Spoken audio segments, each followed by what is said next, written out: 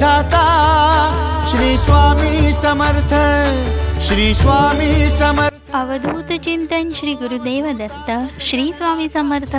तुम्हा सगळ्यांचं माझ्या चॅनलमध्ये पुन्हा एकदा खूप खूप मनापासून स्वागत आहे।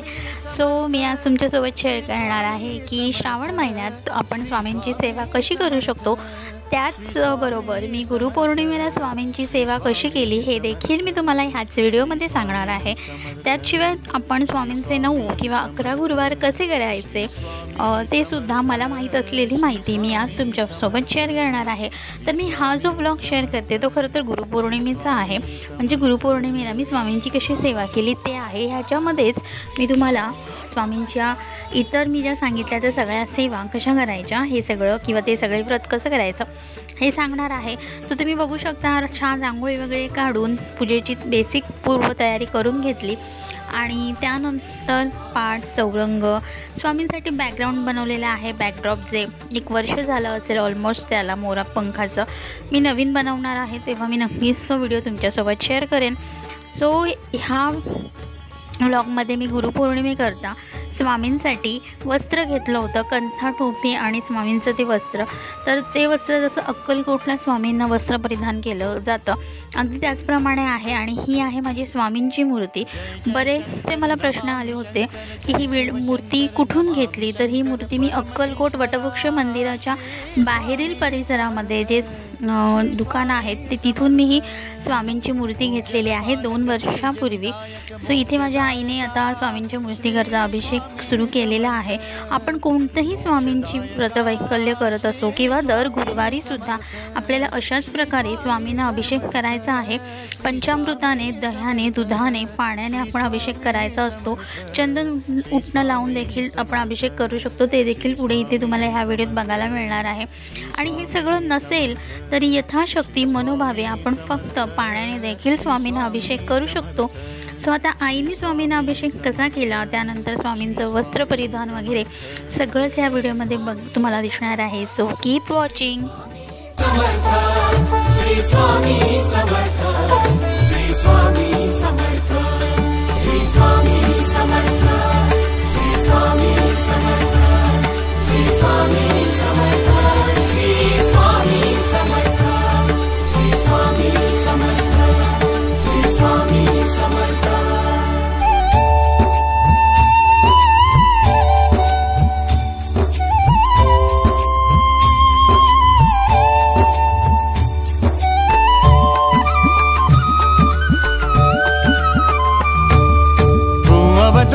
दत्त दिगंबर तू अवदुंबर, दत्त दिगंबर तू अवदुंबर, दत्त दिगंबर तू अवदुंबर, दत्त दिगंबर।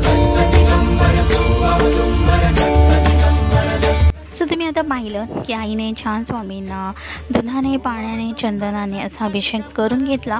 तर ही चंदन पावडर मी कुठून घेतलेली आहे याचा देखील मी व्लॉग चॅनलवर ऑलरेडी अपलोड केलेला आहे, तुम्ही नक्की बघा। त्याची लिंकसुद्धा मी तुम्हाला डिस्क्रिप्शनमध्ये नक्कीच देईन। त्याशिवाय स्वामींसाठी चंदन पावडर बरोबर स्वामींचं हे वस्त्र आणि हे सगळंच मी कुठून घेतलं ह्याचा एक मी सेपरेट असा व्लॉग बनवलेला आहे, तुम्ही पाहिला नसेल तर नक्की तो बघा। आणि त्याशिवाय डिस्क्रिप्शनमध्ये मी म्हणाल्याप्रमाणे लिंकसुद्धा देईन। आपल्या सगळ्यांना माहिती आहे की स्वामींना हिना अत्तर हे जे आहे ते अतिशय प्रिय आहे। तर स्वामींच्या संपूर्ण वस्त्राला हिना अत्तर आईने स्प्रेड करून घेतलं। त्यानंतर स्वामींना छान असा चंदनाचा टिळा लावून घेतला, अष्टगंध लावला। आता हे आम्ही जे मुलुंड ईशला स्वामींचं केंद्र आहे तिथून अष्टगंध हे घेतलेलं होतं, त्याचा देखील मी सेपरेट असा व्लॉग त्या केंद्राचा मुलुंड ईशच्या चॅनलवर अपलोड केलेला आहे, तुम्ही चॅनलला व्हिजिट करून तो नक्की बघू शकता। तुम्ही बघू शकता आईने इथे छान असं स्वामींना वस्त्र परिधान केलं, त्यानंतर कंथा टोपी वगैरे स्वामींना छान अलंकार घातले। तर हे सगळंच आपल्याला दर गुरुवारी देखील करायचं आहे। ही जी मी सेवा किंवा माझ्या आईने श्री स्वामी समर्थ, श्री स्वामी समर्थ।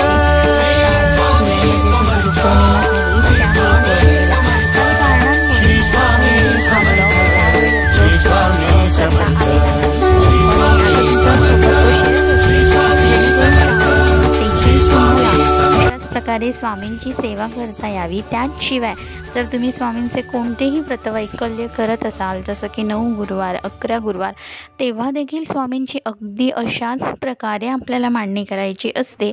सो तुम्ही बघू शकता, रांगोळी, चौरंग आणि त्यानंतर आसन पिवळ्या रंगाचं देऊन पूजेला सुरुवात करण्याआधी स्वामींना अभिषेक करून घेतला, दिवा प्रज्वलित करून घेतला, कारण ही सगळी सेवा आपल्याला दिव्याच्या साक्षीने करायची असते. त्यानंतर बाप्पाची स्थापना केली. बाप्पाची मूर्ती आपल्या सगळ्यांकडेच असते, पण आम्ही ही देवघराजवळ मांडणी केली नसल्यामुळे आम्ही तिथे बाप्पा म्हणून सुपारीची स्थापना केलेली आहे. तुम्ही असं देखील करू शकता किंवा बाप्पाची मूर्ती देखील तुम्ही या पूजेमध्ये मांडणी करू शकता. सो बाप्पाची स्थापना करून झाल्यानंतर बाप्पाला हळद, कुंकू, अक्षता, फूल अर्पण केल्यानंतर स्वामींना आसनस्थ केलं. तुम्ही बघू शकता. त्यानंतर आईने स्वामींना छान अशी कंथा टोपी परिधान केली आणि तुम्ही बघू शकता आपले स्वामी किती गोड दिसत आहेत. सो ओव्हरऑल ही अशी आपल्याला मांडणी करायची आहे यथाशक्ती. त्यानंतर आईने स्वामींना फूल अर्पण केलं, तुळशीपत्र अर्पण केलं आणि त्याशिवाय स्वामींना नैवेद्य करता खडीसाखर आणि पाणी हे आपल्या रोजच्या पूजेत देवघरात देखील आपल्याला नेहमीच स्वामींना ठेवायचं असतं. त्यामुळे स्वामींची कोणतीही पूजा, कोणतीही मांडणी केली तरी ह्या 2 गोष्टी नेहमीच ठेवायच्या असतात स्वामींजवळ, ते म्हणजे खडीसाखर आणि पाणी. सो ते झाल्यानंतर आईने छान स्वामींची आरती करून घेतली. आता आरती पूर्ण मी इथे शूट केलेली नाही आहे, पण आपण जी स्वामींची आरती करतो केंद्रात वगैरे तशी छान स्वामींची आरती करून घेतली. स्वामींना मुजरा केला. त्यानंतर स्वामींना प्रिय असलेलं असं मसाला दूध देखील आईने स्वामींना अर्पण केलं.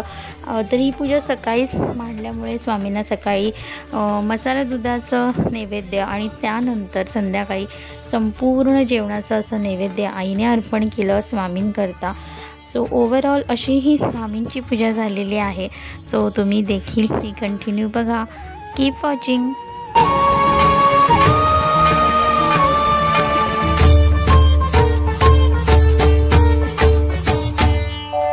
जय जय शंकर नमामि शंकर, जय शिव शंकर नमामि शंकर. परम ईश्वरा श्री स्वामी समर्थ, श्री स्वामी समर्थ.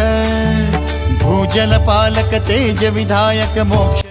छान आरती केल्यानंतर आईने स्वामींना मुजरा केला. मी नमस्कार करून घेतलं आणि छान आमची अशी आरती वगैरे पार झाली. आणि त्यानंतर तुम्ही बघू शकता की पूजेच्या मांडणीच्या भोवती देखील मी मोठी अशी रांगोळी काढली आहे. ती मांडणी पूर्ण झाल्यानंतरच मी काढली, कारण अगोदर काढली तर ती पुसण्याची वगैरे शक्यता असते, त्यामुळे मग मी ती नंतर काढली.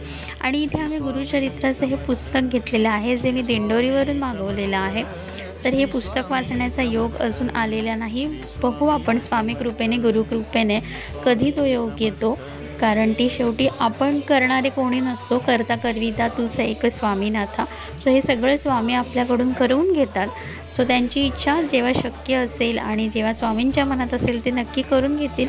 गुरुपौर्णिमेच्या दिवशी त्या पुस्तकाची मात्र आम्ही पूजा करून घेतली, कारण त्यापेक्षा योग्य असा दिवस नव्हताच, त्यामुळे आम्ही त्या दिवशी त्या पुस्तकाची पूजा केली.